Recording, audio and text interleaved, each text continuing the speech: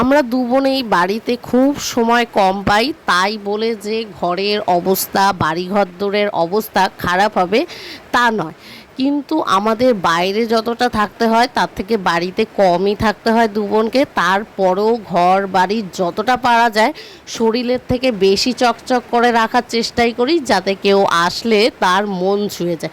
হতে পারে গায়ের রং কালো, কিন্তু কাজবাজ যতটা পারা যায় পরিষ্কার করারই চেষ্টা করি। তাই আজকের এই ভিডিওটা শুরু করি। আমি মেঘা, মেঘশ্রী বাড়ি ওয়েলকাম। আশা করি সকলে ভালো আছেন, সুস্থ আছেন, আর আমরাও বেশ ভালো আছি।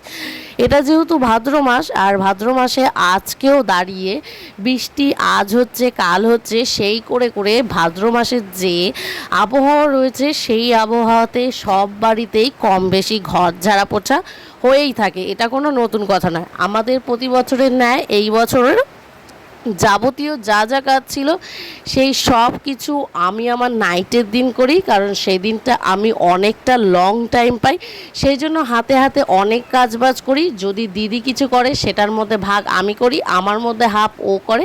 যেমন আজকে ভাদ্র মাসের রোদ্দুরটা অনেক ভালো হয়েছে সকালবেলায়, সেই জন্য জামা কাপড় রোদ্দুরে দিয়ে কিছুক্ষণ উল্টে পাল্টে নিয়ে সেগুলো তুলে নেওয়া হয়েছে, সাথে সাথে আলমারিতেও রাখা হয়েছে ন্যাপতুলির সাথে, যাতে সেটা পোকামাকড়ে না ধরে বা জামা কাপড়ে সুগন্ধ থাকে। সেই জন্য সাথে গরম জল করার জন্য আমরা যে কাঠকুটো জমা করে রাখি সেইগুলোও কিন্তু আমরা সমানভাবে রোদ দিয়ে রেখেছি।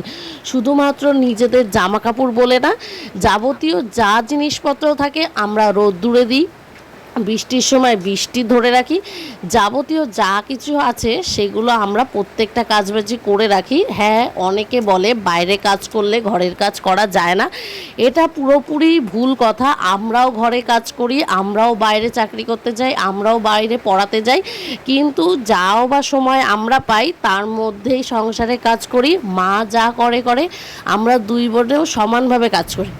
তাই এই সব মেয়েদের কথায় কোনো কথা না দেয়াই ভালো। অনেক মেয়েরাই বলে সময় পায় না, সময় তো অনেক থাকে। 24টা ঘন্টা একটা দুটো ঘন্টা না, এই 24টা ঘন্টায় অনেক সময় পাওয়া যায়। শুধু রূপচর্চা নয়, কিছু কিছু কাজবাজও করে রাখতে হয় যাতে রূপচর্চার জন্য ভালো থাকে। সেই রকমই আমরা যেমন রূপচর্চা করি, বাইরে পরিষ্কার করি, ঘরও সেই রকম সমানভাবে পরিষ্কার করি।